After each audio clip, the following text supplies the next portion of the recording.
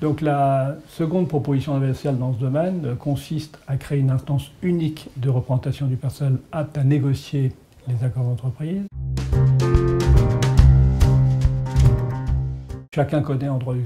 travail français le millefeuille des instances représentatives du personnel. Il existe des délégués personnels, il existe un comité entreprise et des comités d'établissement, il existe des délégués syndicaux, il existe des comités de groupe, il existe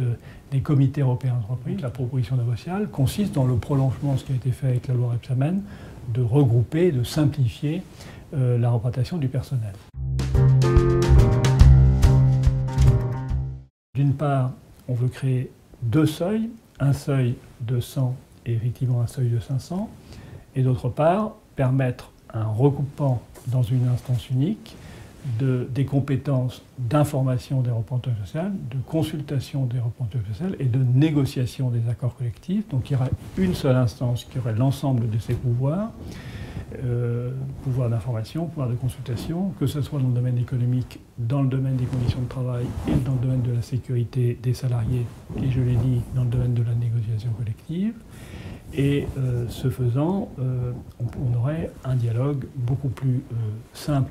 au sein des entreprises grâce à cette instance unique.